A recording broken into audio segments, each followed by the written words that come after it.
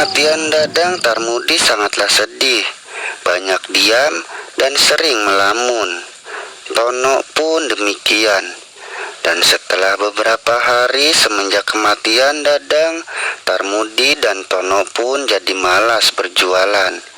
Pada akhirnya warung baksonya tutup. Banyak pelanggan yang datang dan kembali lagi.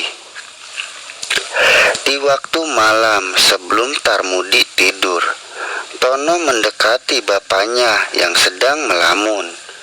Tono bertanya tentang kejadian-kejadian yang telah menimpa kehidupan keluarganya. Tarmudi pun menjawab pertanyaan satu persatu yang Tono tanyakan dengan jujur, dan menceritakan kejadian aneh yang ia alami di waktu pergi ke tanah suci, yaitu teguran dan ajab kecil yang ia alami.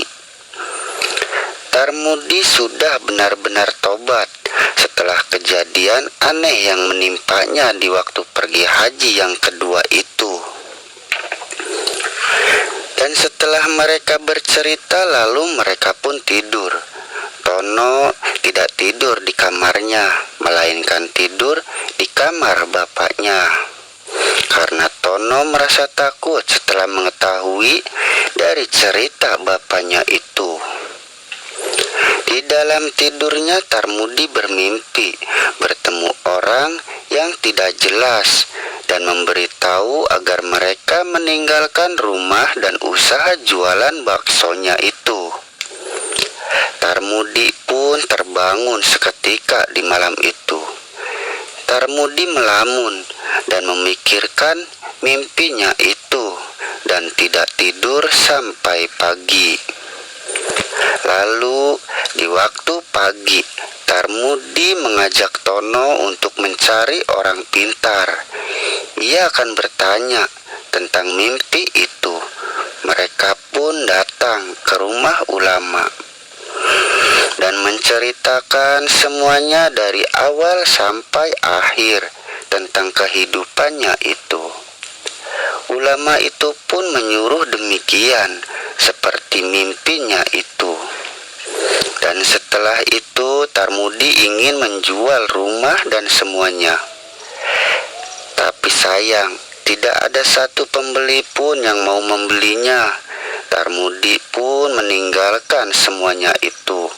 Untuk sementara rumah dan warung beserta isinya laku terjual, mereka tinggal di kontrakan. Dan setelah beberapa tahun, rumah mewah dan warung baksonya tidak ada yang berani membelinya. Akhirnya kedua bangunan itu kumuh dan terbengkalai.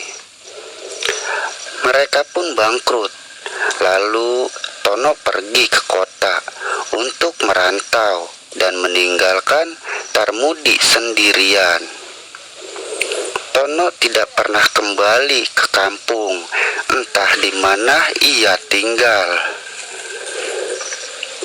Hidup ataupun mati, Tono tidak ada kabar. Tarmudi melanjutkan hidupnya sendirian dan kembali susah, bahkan lebih susah dari yang dahulu. Tarmudi yang telah jadi haji kini sudah renta. Jadi kakek-kakek hidup sebatang kara. Siti yang telah jadi kuntilanak pun hilang karena sudah tidak bisa lagi mencari tumbal. Besar kemungkinan Siti telah terbawa dengan jadi budak di alam siluman pesugihan itu. Sekian kisah yang bisa saya ceritakan. Semoga bisa mengambil hikmahnya dari cerita yang saya buat. Dan saya ucapkan terima kasih. Wassalamualaikum warahmatullahi wabarakatuh.